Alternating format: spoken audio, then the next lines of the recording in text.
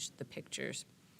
So what I'm doing on my site is I've asked student government and then like the yearbook staff if they would like to help with the heavy lifting of creating the content here. So the way that I'm keeping it organized is that for each of these things, I created a Google form that people can fill out. So like for the banners on the website, they have to go to my Google form.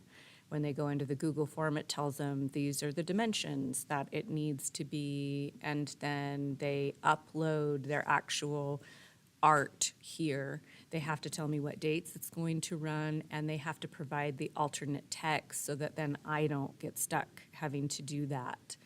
And I give them a template inside of Canva that they can use to make it. If they want to do something for the live feed, which remember, that's the one that you can connect, you will be able to click a button that says post it to Instagram, post it to Facebook, and have it on the website. Then they click here, and this was something I worked on today, where basically square is the dimensions that they're gonna want because it's these right here, so it's basically a square. And then when it goes on to Facebook and Instagram, it looks better as a square, usually because people are looking at their phone in portrait, not landscape.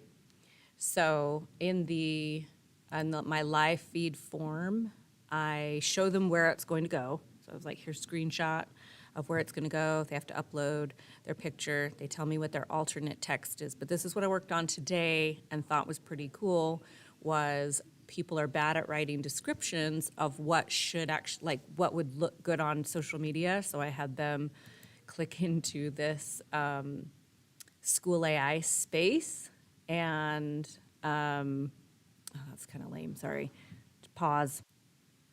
And then they're going to put in just like their dinky description of like, this is what, like we had a carnival today.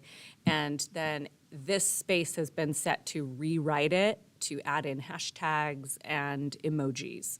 And then they can just copy it from off of here, go back into the form and paste it.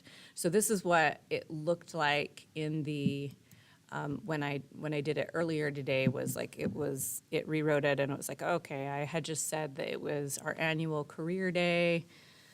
And then they added more to it just to make it more fun, where it was like adding in some different hashtags and things like that. So yeah, but like these really are, they're more suited to squares. The size should be like a square, but I think I'm always dead set to do landscape stuff.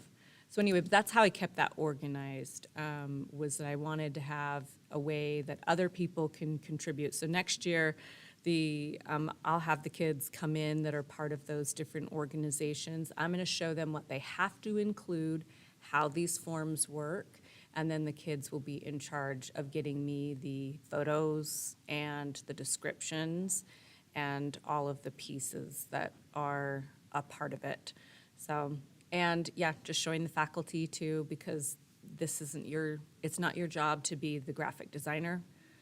Other people can provide those things. We just have to find a way that they can do it easily.